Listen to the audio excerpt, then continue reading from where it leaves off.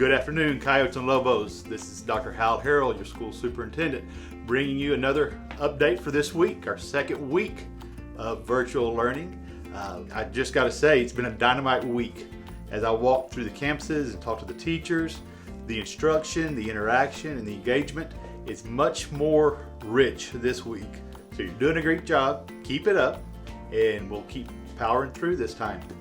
So today I want to talk about three things actually. First, we'll talk about parents. This is really for you and your kids. It's the learning model option sign up. Today you should receive an email, and within that email it will describe what the options are, and if you need more information on those options, you can find that on our reopening page at our district website. But within this email that you get, you'll also have a link to sign up whether you want your child to remain in a virtual setting on September the 14th, or if you're ready for them to come to their campus on September the 14th and be in person. That's where that selection is going to be made. The website will be active this evening.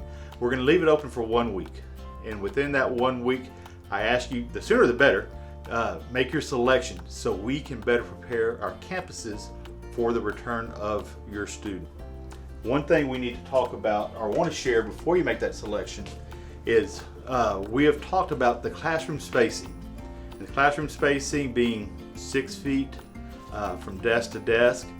That is not probably what we're going to see as we move forward. I want to read to you what is now in the TEA published Public Health Planning Guidance. And now it talks about in the classroom, where feasible, without disrupting the educational experience, encourage students to practice social distancing. In classroom spaces that allow it, consider placing students' desks a minimum of 6 feet apart when possible. In classrooms where students are regularly within 6 feet of one another, schools should plan for more frequent hand washing and/or hand sanitizing, and should consider whether increased airflow from the outdoors is possible. So what that all means as we move forward is the spacing of the desks 6 feet apart. We're probably not going to see that. As we move forward, and when I talk to parents and students, I'm seeing that there's going to be a pretty strong demand to return to campus, which is great, which is where I think we should be. So I want you to have that information. It's on the TEA website. The most recent update was yesterday, August 27th, and I believe we may even have a link in the letter that we send to you, so that will take you directly there, and so we can share that to you. In those classrooms where we do have large numbers, we'll be very cognizant of that. We'll increase cleaning and checking and make sure our classroom environments are as safe and sanitized as possible. So as we progress and move forward to that September the 14th date, and as I said, I want our classrooms and our campuses to be as safe as possible, so that we can continue in person as long as possible and be as healthy as possible. So I mentioned, do your part. So you're going to see this as a little campaign as we move forward, as reminders to students, to staff, to parents, that we're going to encourage everyone to do their part. 1 is to wear your face covering. 2 is to keep your distance. 3, wash up, wash your hands, wash your hands, wash your hands. And before you come to school, teachers, students, check yourself. Do you have a stomach ache? Do you have a fever? Check those things that are maybe signs that you're not well for that day. And if you find that to be the case, stay home. All these elements will be found on our webpage, and probably can be found right now, I believe. So check yourself. Make sure you're healthy to come to school when you come to school. And have those good practices, those social distancing practices, good hygiene. Do your part. Does it work? It absolutely works. The proof is, as of today, we're playing football tonight.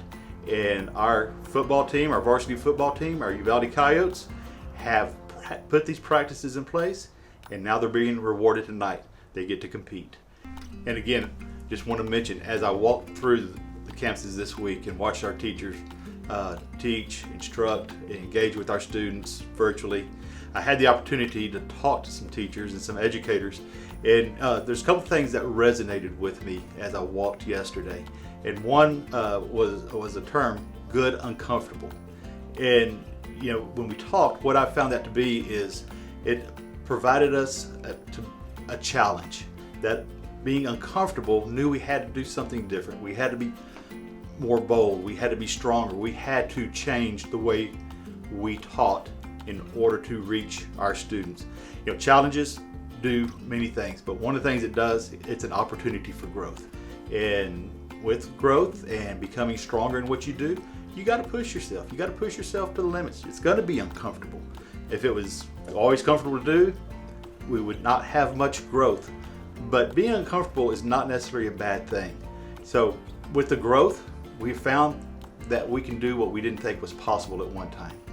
The outstanding work and dedication and sacrifice I see from these teachers, I can tell they're taking this and they're proud of what they do. They're proud of the accomplishments that they've had. Talked to a Rob teacher yesterday, and she brought me in, and she was very excited to show me her setup. And she said, I'm reaching students in ways that I never thought I would be able to before. Miss Cerna, Miss Lugo, so thanks for doing all that you're doing. But again, this is giving us opportunities, just as she described, to meet and reach students that we hadn't been able to before. Yesterday afternoon, I was working with some educators, and they brought up our migrant students who normally were waiting for them to return, but now they are online with us, already in their classrooms. One family's in Michigan, one family's in Minnesota, but that distance has been condensed by technology, and they're basically sitting in our classrooms at Uvalde High School right now. So, what we've done has bridged gaps that once before we didn't know we would be able to bridge. And there's going to be some really great things, really great tools and ideas that comes out of this virtual time period that will make us a stronger, more audacious district, more bold, but it all comes with that growth mindset. And you've got to have that regardless of whether you're the teacher, the student, the parent. You always got to get better. You always got to get stronger so you can be bigger, bolder, and better. So that's all I got for this week. I want you to have a great weekend. We'll be back next week, and always rep the U.